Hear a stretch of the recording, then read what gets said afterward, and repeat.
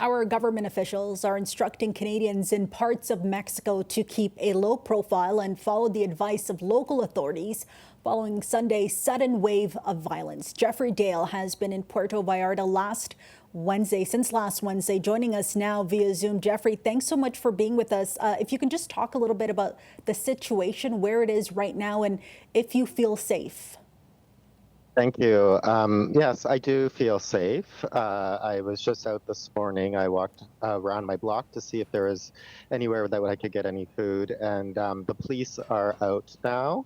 But yesterday was quite terrifying as smoke billowed all over the city, and we were hearing things updated on social media.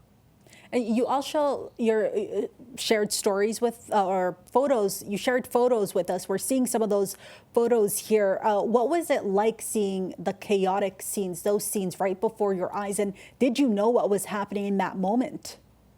I didn't, to be honest. I took those photos early yesterday morning, before I knew anything was happening. I was out walking, and what I saw was something that I never thought I would expect to see in a place that so many people has found to be quite safe. Can you talk to us a little bit about how locals are kind of dealing with the aftermath of Sunday? Is it kind of a return to normalcy today? You mentioned that you stepped outside. No, so there's no stores open, at least right now, from when I went out this morning. And even here at the hostel, the locals that work here were struggling because they weren't able to get home because of the blockades. We're in the romantic zone, and that was completely blocked off to the rest of the city because of burning cars that were being burnt in the middle of the street.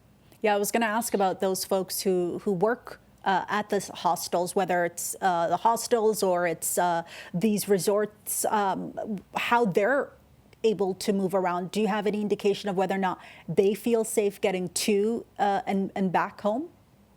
Yeah, I don't believe that they feel completely safe, but they certainly are. I would say that they're keeping high spirits for all of us that are here visiting. Mm. Uh, they have certainly been able to give us some information that we maybe wouldn't be able to get through the news to let us know what it's like. Of course, in Puerto Vallarta, this has never happened before, or not in recent memory, so it's a shock for them as well, too. Yeah, certainly it's a popular destination for not only Canadians, but many from around the world. Jeffrey, you're expecting to be on a flight on Wednesday to get back home. What sort of communication are you receiving from the Canadian government and from your airline about whether or not you'll be able to board that flight? So right now, my airline tells me that my flight is on time. I actually, just by listening to the intro here, got more information than I have received so far. But I have been registered at Canadians Abroad, and so I will take it from there and see what I can be updated on. Right now, we're just sort of sheltering in place and waiting for whatever information we can receive. I'm wondering what the sentiment is amongst Canadians like yourself, who are in a city, in a state where sudden violence is erupting, but your flight is days away. Is there that need and want to get on a flight and come back home immediately? Do you have that sense, or are you kind of okay, kind of staying there for the next couple of days? That's an interesting question. Somebody just asked me that actually downstairs before I came up to do this interview. And one of the things that I'm finding is that I recognize there's a whole bunch of people that were supposed to be on flights before me. Mm. And so I would like to see them be able to get home first because they were expecting to leave. And I would hate to leave them wanting longer. Yeah.